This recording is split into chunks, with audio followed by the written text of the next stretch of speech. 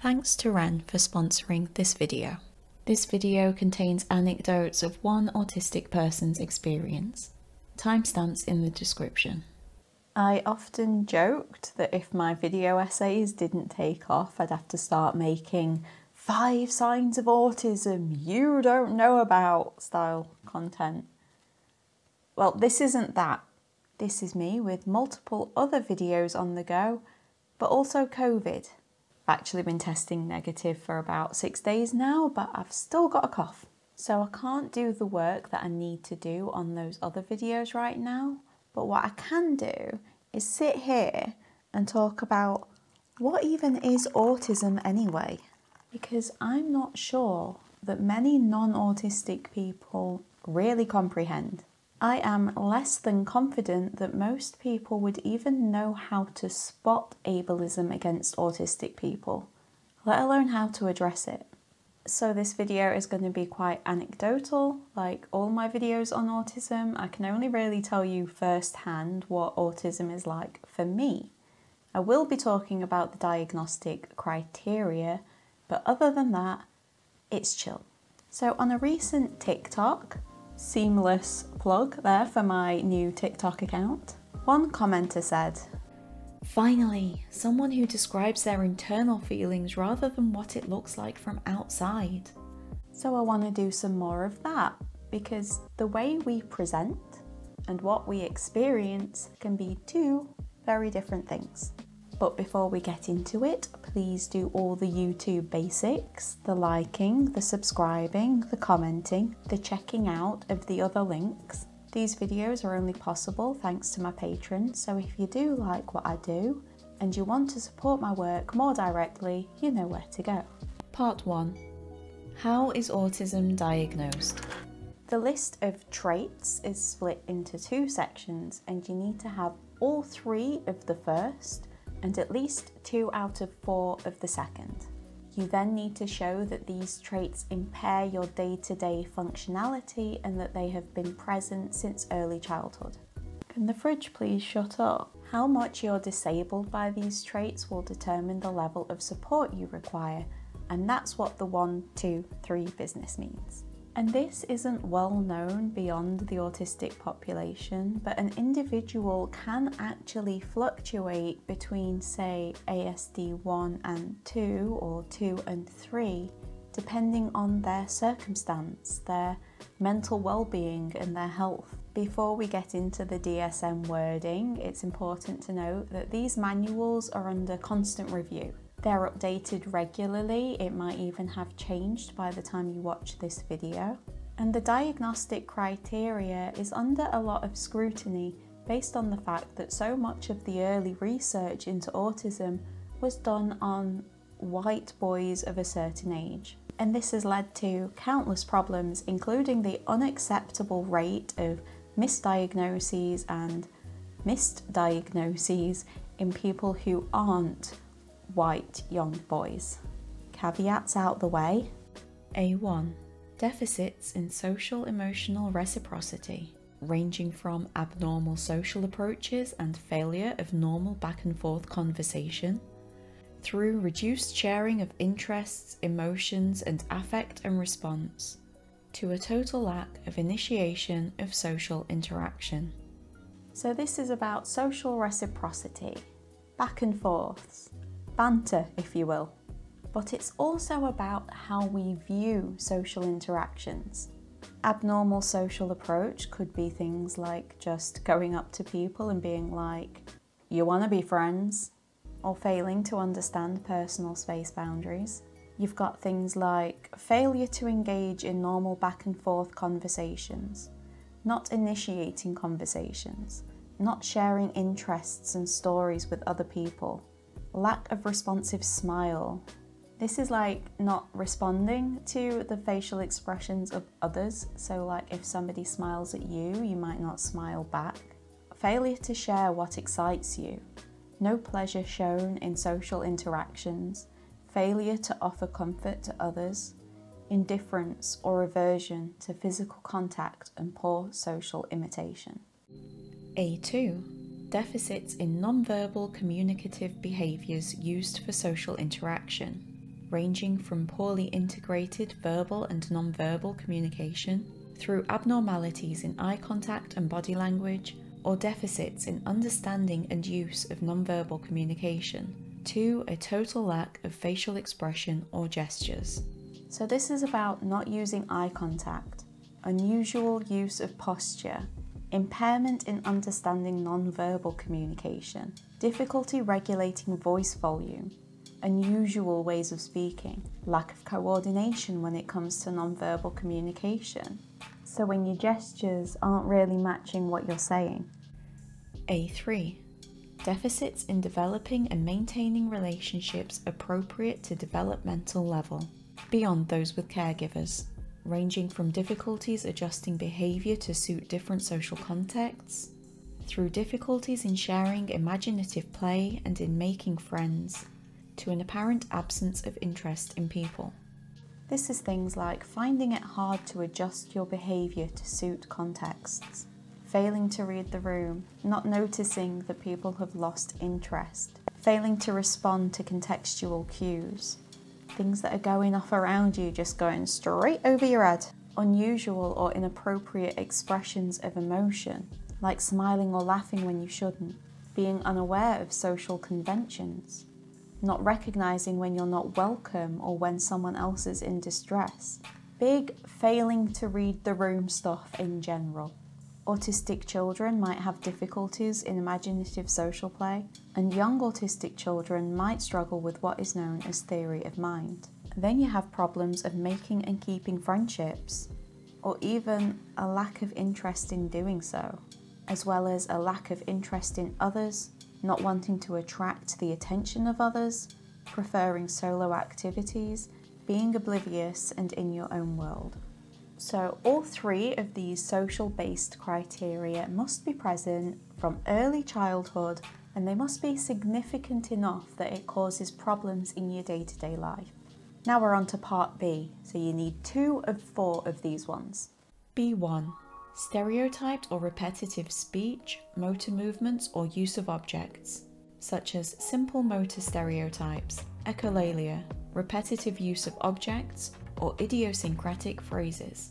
So this is things like talking in a slightly rehearsed manner, pedantic speech and unusually formal language. Oh my god, that was me as a kid. We're not doing me yet. Okay, so there's things like echolalia, which is the repetition of words you've just heard or that you have in your head, speaking in the third person or talking in just weird ways, making up new phrases, speaking in metaphor, all kinds of idiosyncratic ways of communicating. B2. Excessive adherence to routines, ritualized patterns of verbal or non-verbal behaviour, or excessive resistance to change, such as motoric rituals, insistence on the same food or route, repetitive questioning, or extreme distress at small changes. This is the need to rigidly follow a routine, distress at things being changed, having sequences of behaviour, ritualised patterns of communication. Maybe you say the same thing in the same way each time, or answer questions in exactly the same way every time. It can be things like compulsions, like flicking light switches, repeating actions over and over. It can be a resistance to change, difficulty with transitions, heightened reactions to seemingly trivial things like taking a different route to school or an ingredient substitute in your favourite meal. And this section also covers rigid thinking, which can present as an inability to understand certain humour. Many autistic people report just not being able to enjoy humour if it's at somebody else's expense, for example. You've got inability to understand non-literal or implied meaning, and a rigid or rule-based behaviour or thought. This can present as dichotomous thinking or a rigid adherence to ethical standards. B3.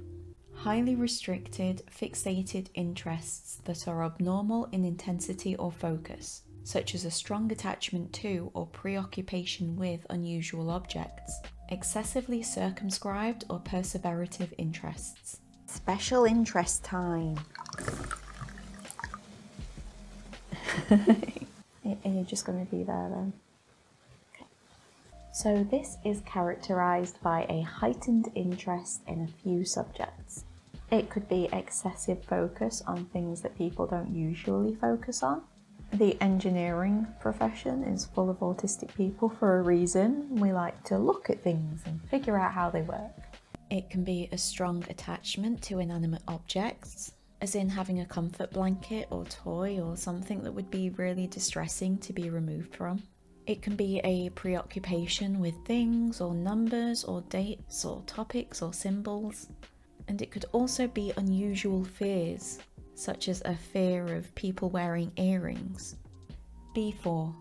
Hyper or hyporeactivity to sensory input or unusual interest in sensory aspects of the environment, such as apparent indifference to pain, heat or cold, adverse response to specific sounds or textures, excessive smelling or touching of objects, fascination with lights or spinning objects. Some of you might be surprised that this was the first mention of sensory anything. Oh no, he's hunting my microphone. And I'm going to talk more about sensory stuff later on. So hyper or hypo means that you could be very sensitive to your environment or not at all. You might have a very high tolerance to pain, a preoccupation with texture, touch, tactile stuff. Either you could be very attracted towards it or very averse to it. No. I knew this was coming. No. You've got things like aversions to having one's hair touched, nails cut, teeth brushed, etc. This section also includes unusual behaviour around sensory things. So like looking at stuff weird. Like closely inspecting things. We call that visual stimming. Squinting or relaxing your eyes, pushing on your eyes, heightened interest in watching light or movement or colours. It can include unusual exploration of objects and environment, such as touching things you're not supposed to or licking and sniffing things. And also unusual responses to sensory stimuli, such as becoming extremely distressed at certain sounds. So you'll notice that you can be autistic and have absolutely no sensory processing issues or special interests whatsoever.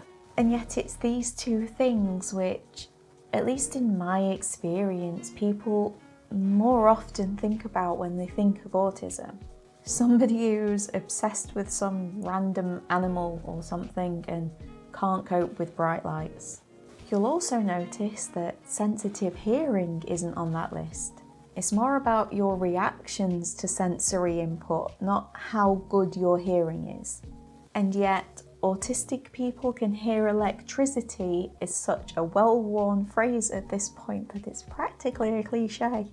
Anyone with good hearing could hear electricity. What's autistic is the response, not the ability. An autistic person hears the electricity, gets distracted by it, can't focus away from it, maybe even gets highly irritated by it. Neurotypical good hearers just can zone it out as background noise. That's the difference. But I know there is often so much more to talk about when it comes to autistic sensory processing, so let's quickly talk about sensory processing disorder. SPD is a recognised disorder, but it isn't currently listed in the DSM, and there isn't a standardised criteria for diagnosis. This is largely because it manifests in ways that could be explained by other disorders or poor regulation with your central or peripheral nervous system. There is a diagnostic process, but it mostly involves ruling out a bunch of other things.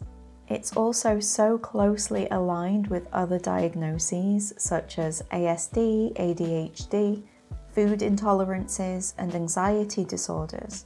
They can all manifest sensory symptoms, which can make a standalone diagnosis of SPD kind of risky business. There are a few different types of SPD that cover different things. Many autistic people do have SPDs. I actually strongly relate to all three kinds of SPD. I am in all of these pictures and I do not like it. But I am actually a good example as to why a standalone diagnosis of SPD is quite hard to achieve. That's because I have a whole list of symptoms which can and do affect my sensory processing. The only things I have been diagnosed with as of now is ASD1, a benign heart arrhythmia, hypermobility in all of my joints, mystery chronic pain, and a mystery balance disorder. I also suffer from a compressed disc in my cervical spine in C3-4, right up here where all the nerves are. I get pretty regular migraines, and I get pretty regular injuries from walking and crashing into things due to being a dizzy klutz. My hands and wrists seem to be degrading at a rather alarming rate due to nerve pain and weakness. And that obviously means a whole bunch of stuff that I now struggle to do. I'm also noticing an increase in tics and other involuntary movements, and also eyesight glitches. I get allodynia, which is just painful skin for no reason. It feels like a random patch of really bad sunburn. And I also get random stabbing pains all over my body and ice pick headaches. Editing Mika here. I'd just like to make clear that I am okay. I'm actually on my way to finding answers to all of these things. I've already had some appointments with specialists and I have more still to come. I'd just like to make it excruciatingly clear that I am not asking for medical advice in the comments. Thank you so much. But the point is, those symptoms might all be separate issues. Some could be grouped together under 1 or 2 or 3 diagnoses. I could have neuropathy stemming from my neck injury or my hypermobile joints, or both. Damage to your central or peripheral nervous system can have all kinds of symptoms. And of course, there are some other pretty serious diagnoses which could explain all of it in one go. The point is, there's a lot of ruling out to do when it comes to physiological sensations in the body. And our skin, eyes, ears, all the things we use to sense with, they can be impacted by any number of physical, neurological, or psychological factors, all of which needs to be explored when it comes to physical sensory symptoms. And this is one reason why an SPD diagnosis needs a lot of groundwork. But my point in talking about this is, sensory processing issues is neither sufficient nor necessary for an autism diagnosis, but it can be quite harmful if the general public think that sensory processing issues is the main problem facing all autistic people and then aim their accommodations towards sensory stuff alone. And it's also obviously a problem if people think that their sensory symptoms are just explained by being autistic, when there could be a more serious underlying problem to address. Or if there are autistic people out there who think that they couldn't possibly be because they have no sensory processing issues. That was a long way to say stop saying autism is when you can hear electricity, wasn't it? Part 2. Me. For most of my life now, I have lived in another country from my childhood friends and my family. And for years, I thought I was keeping in touch with them. I would write long emails detailing what I'd been doing with a few photos, and I'd copy them to multiple relatives and friends. They'd respond with what they had been doing, and I would write back to say that it was lovely to hear from them and that I hope we keep in touch. I would send these emails and messages every 2 or 3 months or so, maybe 4. What never occurred to me was to just drop them a quick message on Facebook or later WhatsApp, just every now and then, or send them photos of what I was doing. I didn't think they would be interested in my day-to-day, and besides, I don't know how to start a conversation like that. Hi, I went to the beach today and I had a papaya salad for lunch. I didn't know at what point my telling people what I've been up to became bragging about living abroad. And I didn't know what questions would be too personal or prying. I struggle to know what level of interest in someone else's life is appropriate. So it didn't occur to me to just check in with them or ask how their family's doing or just tell them that I'm thinking about them, which I was. In my mind, they knew I was there and they would tell me if there was something to tell, just like I did with my emails. I thought I was keeping in touch. I thought we were still close friends. So when I see that they're all married and have bought homes and started families, and I'm only finding out about this by seeing photos on Facebook by chance, I was sad and disappointed. I wasn't hurt though. I understood that nobody was setting out to hurt me or to purposefully exclude me. The truth was that we had not kept in touch. We were not still close friends. The time between messages carried a meaning I didn't recognise, and the times between messages got longer without me realising. We were different people now and we had not grown together. A few emails a year was no substitute for the relationship we had. People who meet me in real life are often shocked when they actually get to know me. My lack of banter, how slow I am at replying, or how I know that often I don't understand the joke and so best just not laugh, because it's less embarrassing to not laugh than it is to laugh and then it later be revealed that you didn't understand the joke. Or how I feel completely unable to assert myself into conversations. Do non-autistic people have some kind of turn-taking telepathy going on or what? I have absolutely no way of knowing when I'm supposed to speak, and every time I just go for it, I end up talking over someone or being talked over, and either way I just shut up. People think I'm prudish, shy, uptight, snobbish, boring, someone who has nothing to say. And if you've watched my channel for long enough, watched me when I'm prepared, when I can take my time, when I'm in my lane, moisturised, flourishing, that prudish, shy and has nothing to say is a load of bold bollocks. So, small talk. Small talk is looked upon with derision by the autistic community. We're not great at it. We prefer to talk with purpose. And small talk comes with all these unwritten yet widely understood rules that either don't make sense to us or perhaps even clash with our nature. You know how you're not supposed to honestly answer the question, "You alright?" You're supposed to just go, "Yeah, and you?" And that's fine, it's a script. I can do scripts. Autistic people like memorising stuff, but it's also a lie. You're not really alright, are you? And autistic people typically don't like lying. But there is purpose to small talk. It's that regular checking in, that reminder that you're both people in a shared space, with each other, there, together, experiencing the same shitty weather and listening to the same shitty news. It's bond forming.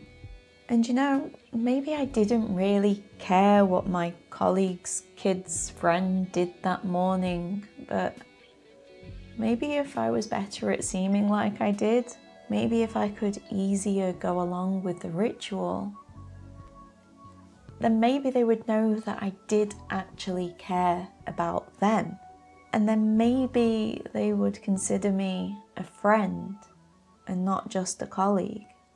And maybe if I had done some more small talk over the years, my friends might still consider me to be their friend. Non-verbal communication encompasses so much. So to struggle to understand or interpret or use it is to struggle with a pretty sizable chunk of all communication. And just as autistic people might struggle to interpret the non-verbal communication of others, non-autistic people are not so great at interpreting ours either. I get it when I'm not making eye contact with you, when I'm fiddling with something, when I'm not making those I'm listening faces and noises. It might well seem like I'm not listening. You might well interpret that as I'm bored or I want you to go away, but you'd be wrong. And if I did do all the things that would make me appear to be listening, I wouldn't be, because I'm concentrating on looking like I'm listening. Stimming isn't always a sign of distress. Being quiet isn't always a sign of being shy. And non-verbal communication not quite matching up with what's being said is not a sign of a liar. Over the years, I have been admonished for mumbling and speaking too loud. I have often felt like a source of embarrassment for whatever company I was in, often because they tell me off for being too loud. I've been accused of flirting or staring when I wasn't aware of what my face or eyes were doing. I've been called rude, dismissive, insensitive, unemotional, arrogant, because my expressions, emotions, and affect did not present in a typical way. Customers and managers have threatened my job because my face and affect was too neutral for customer service.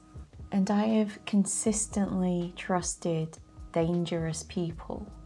Got myself into extremely precarious and risky situations without knowing how to get myself out of them. I have been easily conned and manipulated for years. I'm an easy person to lie to, and I am absolutely rubbish at lying myself. Struggling with both understanding others and making yourself understood can lead one down some dangerous paths. And quite frankly, I was lucky to not have died or become seriously injured way too many times. I've moved on to mulled wine because I'm sick and it's basically medicine. I spent my early childhood in my own world, with not much interest in other children. Oh, it smells like Christmas. There was this one Christmas. My dad got a remote-controlled car. It was a pretty fancy one, and he was outside playing with it, and it attracted a bunch of kids from the neighbourhood, and despite my parents' best efforts, instead of joining in with the local kids in awe and appreciation of my dad's new toy, that would have been a real cool kid moment for me, having exclusive access to the cool thing. But there I am, sitting apart from the group, with some random, clearly also neurodivergent boy who I have zero memory of, sitting in the dirt together, making piles of sand. I remember the pile of sand though.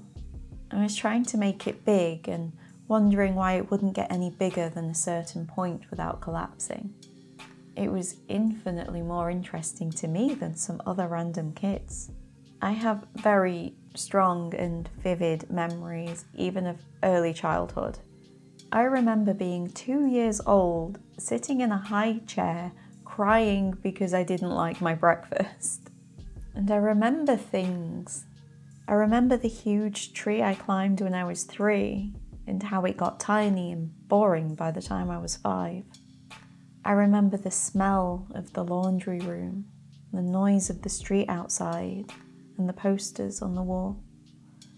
I remember the swings and the paint on the building, and the texture of the road outside. I remember scratching pictures into the concrete with small stones.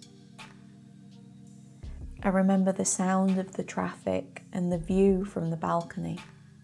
At infant school, I remember the wall around the playground. I remember walking around the perimeter in circles, thinking that somebody would stop me if they wanted to be friends. I remember the ants in my lunchbox and the smell of 5-hour-old sandwiches and juice. I remember the classrooms at kindergarten and making stamps out of potatoes. But I don't remember any teachers or classmates or friends of my parents or their kids. My mum would bring children to the apartment and present them to me and tell me what to go and play with them. But I would just end up showing them my toys. I didn't know how to play, oh, hello, I'm a purple 3D printed dragon. Hi there, I'm a seal. A stone seal, not a stone seal. I'm just a seal carved out of stone. That's weird. Really? You're a 3D printed dragon? It's probably for the best. My favourite thing to do was drawing and colouring, and it's not really a two-person game. The friendships my mother tried to forge for me never really worked out. But kids who live in their own world soon get pulled out of them by the time they reach their teens and high school. I would turn up early and hide in the classroom, helping the teacher. I would find hiding places under stairwells, in old storage areas, or that one bathroom that nobody ever uses at break time. And of course, stereotypically, the library and the computer room. I did make some friends along the way in primary school and high school, but I always got the sense that I was never really my best friend's best friend. Most of the friends I did make were also somewhat neurodivergent, and the ones I'm still in contact with definitely are. My difficulty in adjusting my behaviour to suit contexts has caused a number of problems for my career. Being told that I'm too rude to customers, to burning out when I try not to be. Now that I'm older and more tired and in more pain, I know that I don't have it in me, probably not even to get through one shift. And that difficulty adjusting your behaviour to suit context can mess with your personal relationships as well. A few years ago, I was invited to a family event, and I did try to turn it down, but it's not like I don't want to go is an acceptable RSVP. Normalise that, please. It was a themed event and the theme was alcohol. Now, I don't really drink. I know it's bad timing for me to be drinking wine on camera, but this doesn't count. I will be drunk when I finish drinking this. But normally I don't really drink. I don't like alcohol. There's basically 2 alcoholic drinks that I'm okay with. This is one, and I don't mind a cider. But this was neither a mulled wine nor cider themed event. I don't really like the taste or smell of alcohol, and I have absolutely no interest in it. So it wasn't a very fun time for me. And despite my best efforts, I couldn't hide it. It was quite a long day as well, and by the end, I guess my discomfort was so obvious that it was starting to cause other people discomfort. And this was before my diagnosis too, so I didn't have the language to explain what was happening. From the outside, I was just a miserable old swine with a face like a slapped arse, killing the whole vibe. It caused embarrassment in my partner, and then later a fight between us. I felt terrible.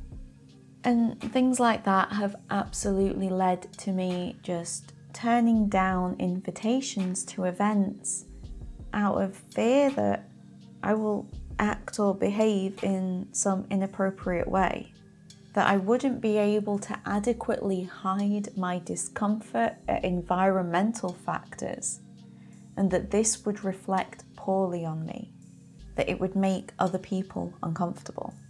But then, the more you turn stuff down, the less likely you are to be invited next time. In my video, Raised by TV, Autism and Television, I talk about how autistic people use media and people watching to learn how to interact socially. But this can mean that sometimes our communication style can seem a bit unnatural or forced, even disingenuous. When I was a kid, I spoke like the adults around me and people and characters on TV, and I didn't realise that this was seen as funny or weird by others.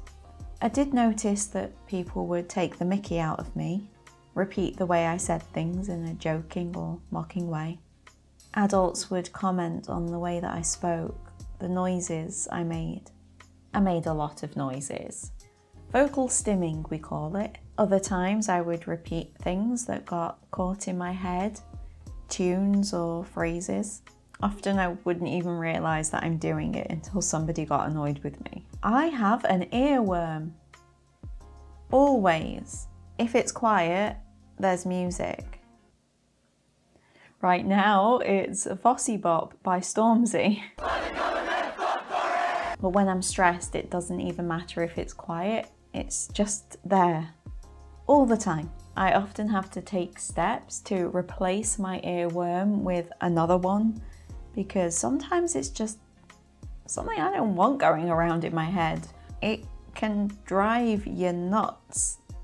When I was working on my video about Sia's movie, Music, I got portions of the songs from the soundtrack stuck in my head for several weeks, non-stop. I hated those songs. They were extremely annoying to me, and because I was already stressed, they were loud. At one point, I broke down. I had a panic attack. Pulled at my hair, covered my ears. I cracked. Something completely invisible from the outside. Something seemingly so innocuous. Something few people would consider to be an actual problem. It can reduce me to a snotty, rocking, crying mess.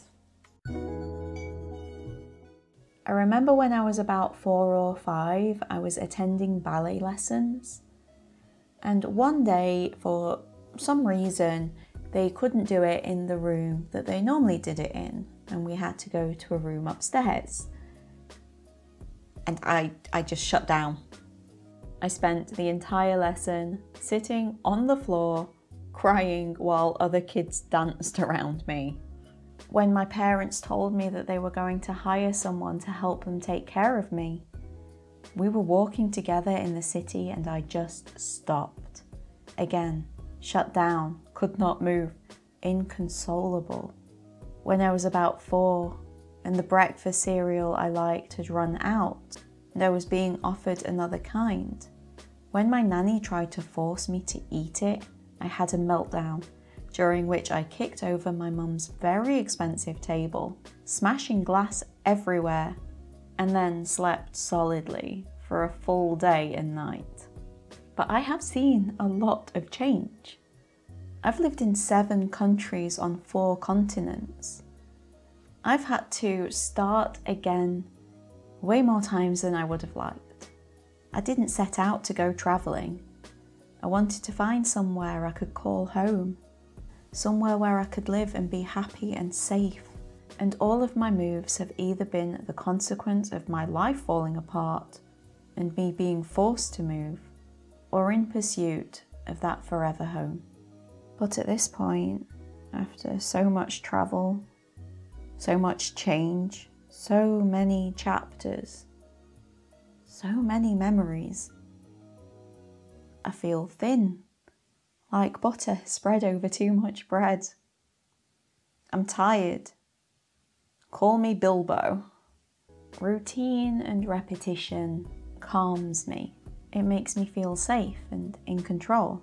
When I cook, clean, do laundry, edit videos and photos, I do them in the same order, in the same way. My executive functioning gets very messy when I can't do things in the way that I can foresee. It's very much connected with needing to know what to expect, another very autistic trait. I would eat the same few things every day if I lived alone.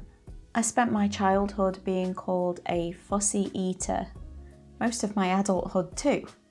When I was very young, mealtimes were a bit of a nightmare for my parents. When I wasn't being punished for not wanting to eat something, I was being made fun of for the way that I did eat. I liked my food to be separated. I ate things in a certain order. I liked a lot of sauce, but on a separate plate on the side. Fave thing in the world was chicken nuggets, proper stereotypical autism stuff.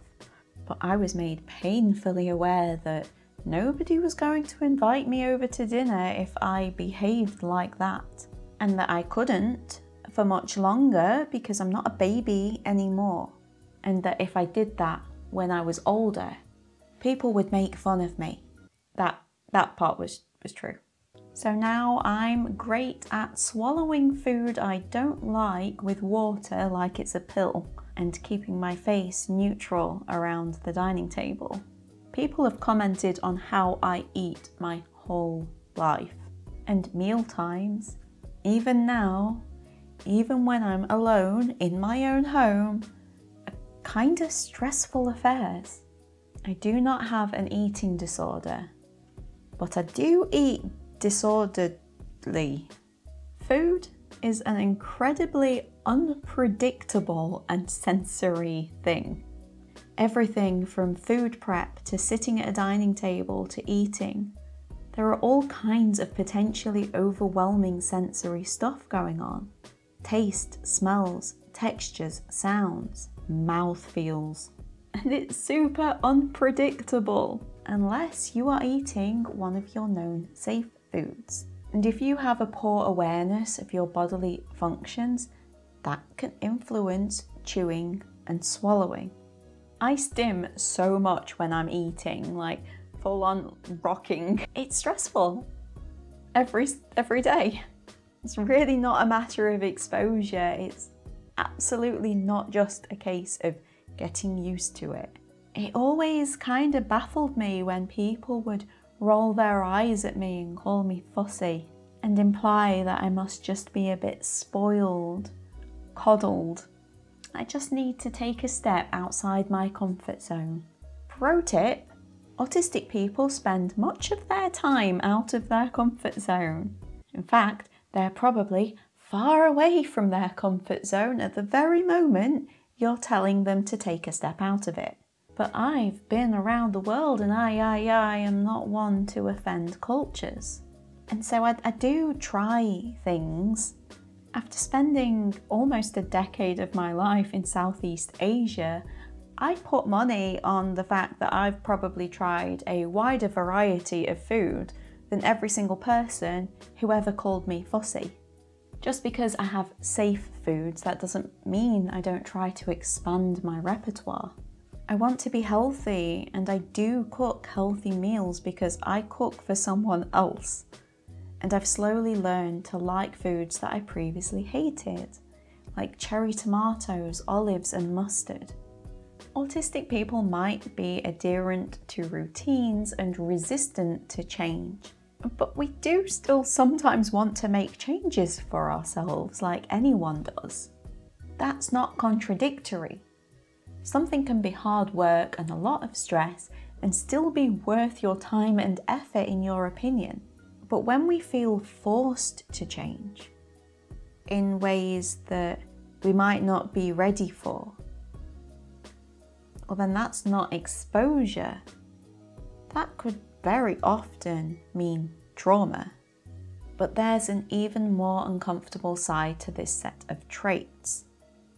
Excessive adherence to routines can manifest in strict adherence to rules, rigidity when it comes to moral guidelines, and also dichotomous thinking, aka thinking in black and white.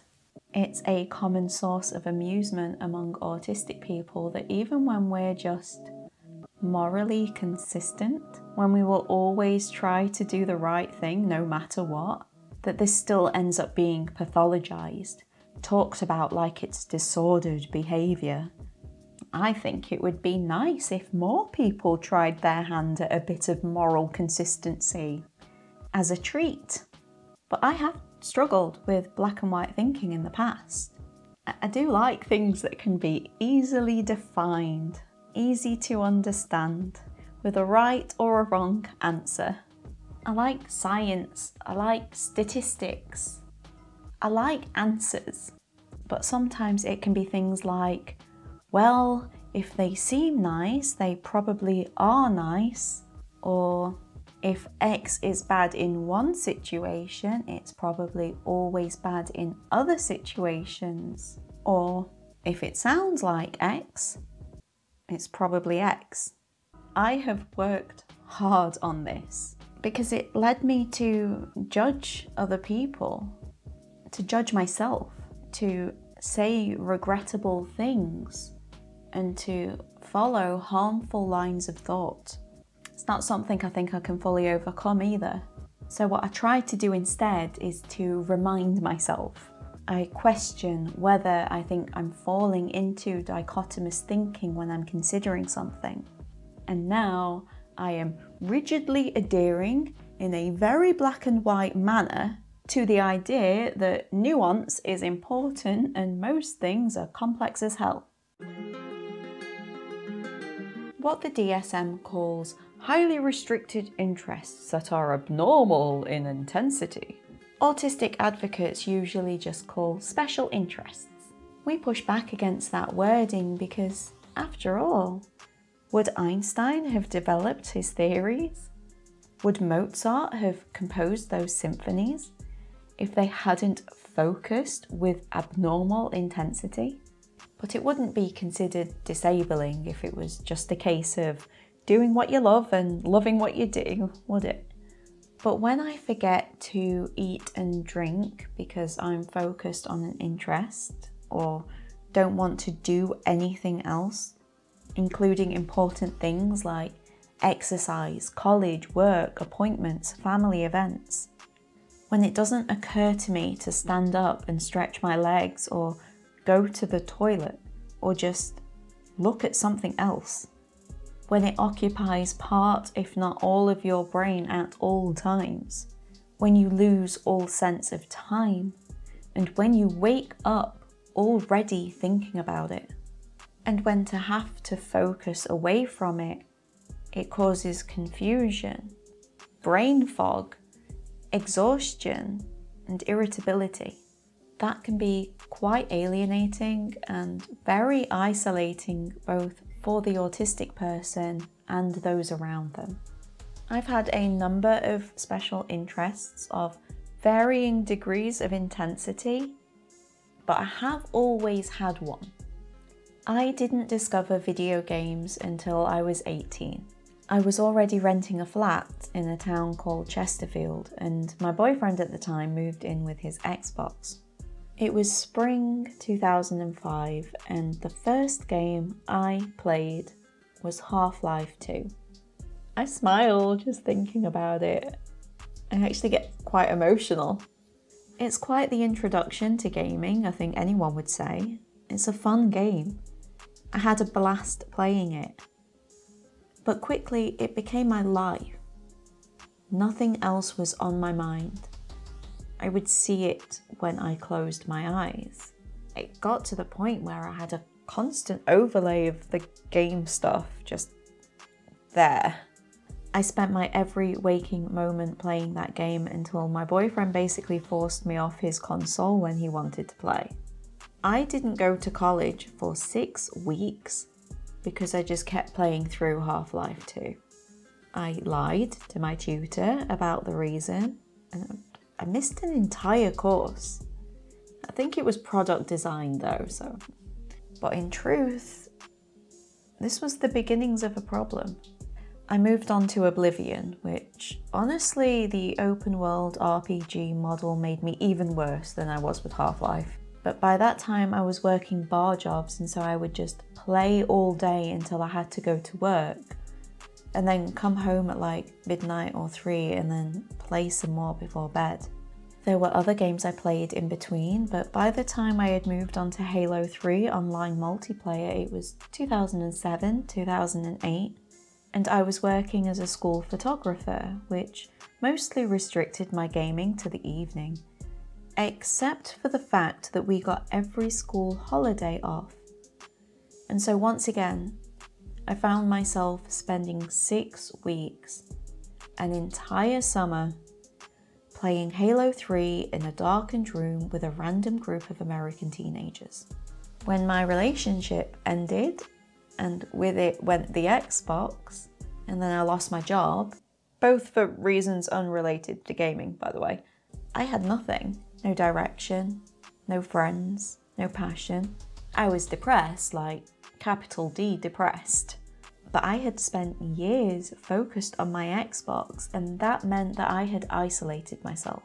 Now, I had nothing. I've made special interest sound really bad now, haven't I? I also wrote a book once.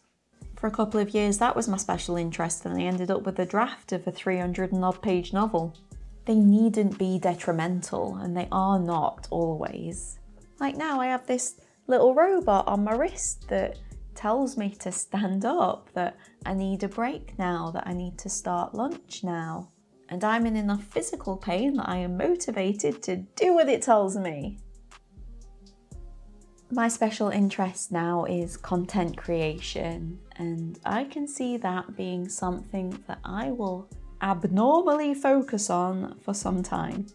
People tell me that I put into words things that they have struggled to communicate to their support bases, and that right there gives me so much more satisfaction than watching my gamer score go up ever could. And I'm making friends with this special interest. Real ones on whom I feel I could depend for material help if I ever need it. Special interests have led to world-changing discoveries. And when autistic people have support, when they aren't judged for where their attention is, when they have help to stay active and healthy, when their vast and intense knowledge of a subject is seen as a virtue, when we are respected, our abnormal focus can achieve outstanding things. After all that I said about not reducing autism down to sensory issues, I am actually an extremely sensory type autistic. Shopping and dressing myself has always been an effort. The kinds of clothes I can wear is very limited. Seams feel like scratchy cords, labels feel like tiny blades, and zips are freezing against my skin. I often have to run to turn off YouTube videos or to skip songs because some audio issue or choice is rattling the sides of my head and disorientating me so much that I'm getting dizzy. I can't be around or even think about cotton wool, kids chewing their woolen sleeves, wiping a dry surface with a dry tissue, or the squeak of a dry tissue against fingernails.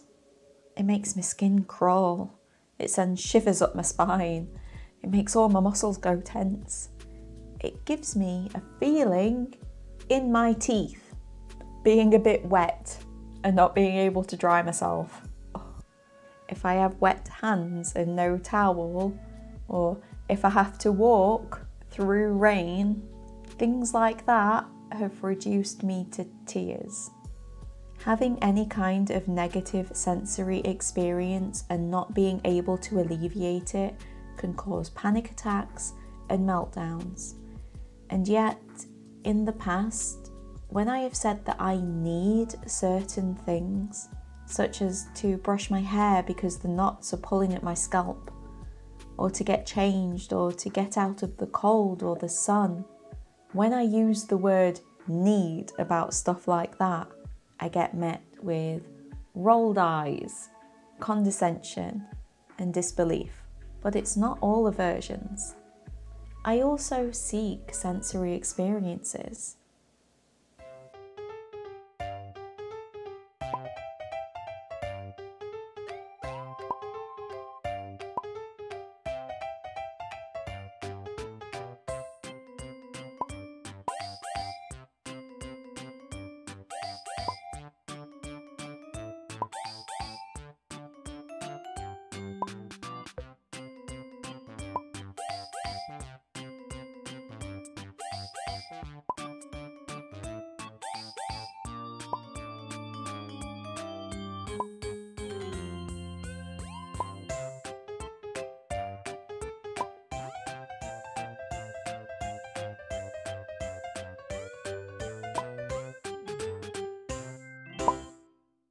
I also used to give things a quick lick until another child saw me and made fun of me, which was probably for the best.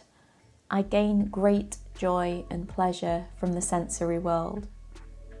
I see art everywhere. I've spent hours mesmerised by the movements and details of nature. It has inspired creativity and curiosity. I do feel like I see the beauty of the world more vividly, more constantly than many others. I've often been surprised by the unimpressed reactions when I've pointed something out that, to me, is marvellous. To be delighted by the mundane is, after all, pretty cool. A summer breeze caressing my skin and tussling my hair is so overwhelmingly beautiful, is breathtakingly impressive, just as a cold wind is astonishingly painful. Those sensitive ears that are so easily hurt can also isolate and appreciate all the instruments of the symphony. But if I'm at a dinner party and everyone's talking at once, I can't separate the voices, I can't understand the conversations.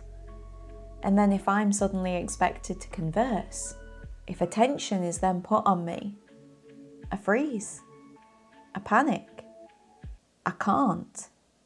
And it's not all hypersensitive stuff. I'm hyposensitive to my body's own internal feelings and where it is in space. I don't realise that I need to pee until it hurts.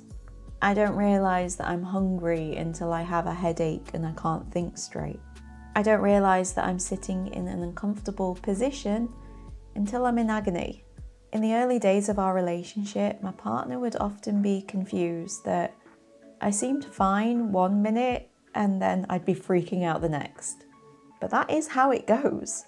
For example, I'll be in a shop, focused on looking at items, not realising that the music is sending my ears and tinnitus weird, or that I'm too hot in my coat, not realising that I'm also quite thirsty and that the spotlights are making me squint and dizzy.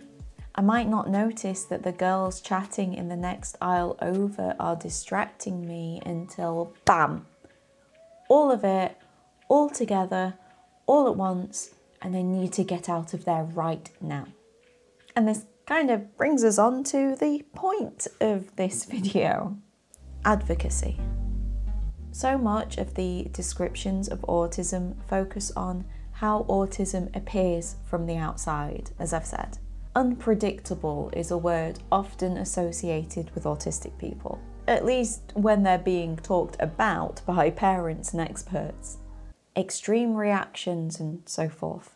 Me fleeing a shop out of nowhere probably does look like an extreme and unpredictable reaction. But when you see that it didn't come from nowhere to me, getting out of the shop now was the most reasonable and predictable thing for me to do given the experience I was having.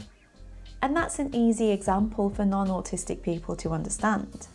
Everyone knows what it's like to be too hot or dizzy or distracted or thirsty. One can easily imagine what it must be like to feel all of those at the same time and therefore empathise with that experience. That might be why non-autistic people focus so much on sensory accommodations. It's just easy to imagine. But more than half of our diagnosis is based on social communication and reciprocity. You need all three of the social and communication criteria in order to be diagnosed with autism. And unfortunately, it's those things, those criteria, for which we are most often mocked, bullied, and chastised. Those are things which all autistic people share. Do you make fun of people for not knowing things? Do you laugh at people for answering rhetorical questions? Or for missing the context or meaning behind a meme or a joke? Do you admonish people for their over-the-top reactions? Do you judge people for needing to be told things before they know them? Have you ever said, "Well, if you don't know, I'm not going to tell you"? Do you bristle at too many questions or too much information? Do you assume that somebody who is overly explaining themselves is being condescending? Do you intuit that an atypical expression of non-verbal communication indicates dishonesty or malice, or that silence is a sign of secrecy? Do you see black and white thinking and think stupidity? Do you hear need and think preference? Do you watch a meltdown and see a tantrum? Do you see misunderstanding and assume bad faith? Most of the accommodations that autistic people need are social. Most of the ableism autistic people face is social in nature. My hope is that by sharing some of these experiences, if you're not autistic, you might be able to empathise, to actually put yourself in the shoes of somebody who lives with that coldly worded list of traits every single day. I have by no means shared all the ways that autism affects my life. I did try to list stuff, but it turned into the longest script I had ever written, and that list still wasn't exhaustive. But I hope that my little anecdotes can bring some heart to the data. And I hope, as I always do, that we as a society can learn, finally learn, to approach those who we see as different with kindness, good faith, and patience. We wish you a Merry Christmas and a Happy New Year. The tidings we bring to you and your king. We wish you a Merry Christmas and a Happy New Year. The way over family to right in a one-horse open sleigh. Hey, to the one-horse open sleigh.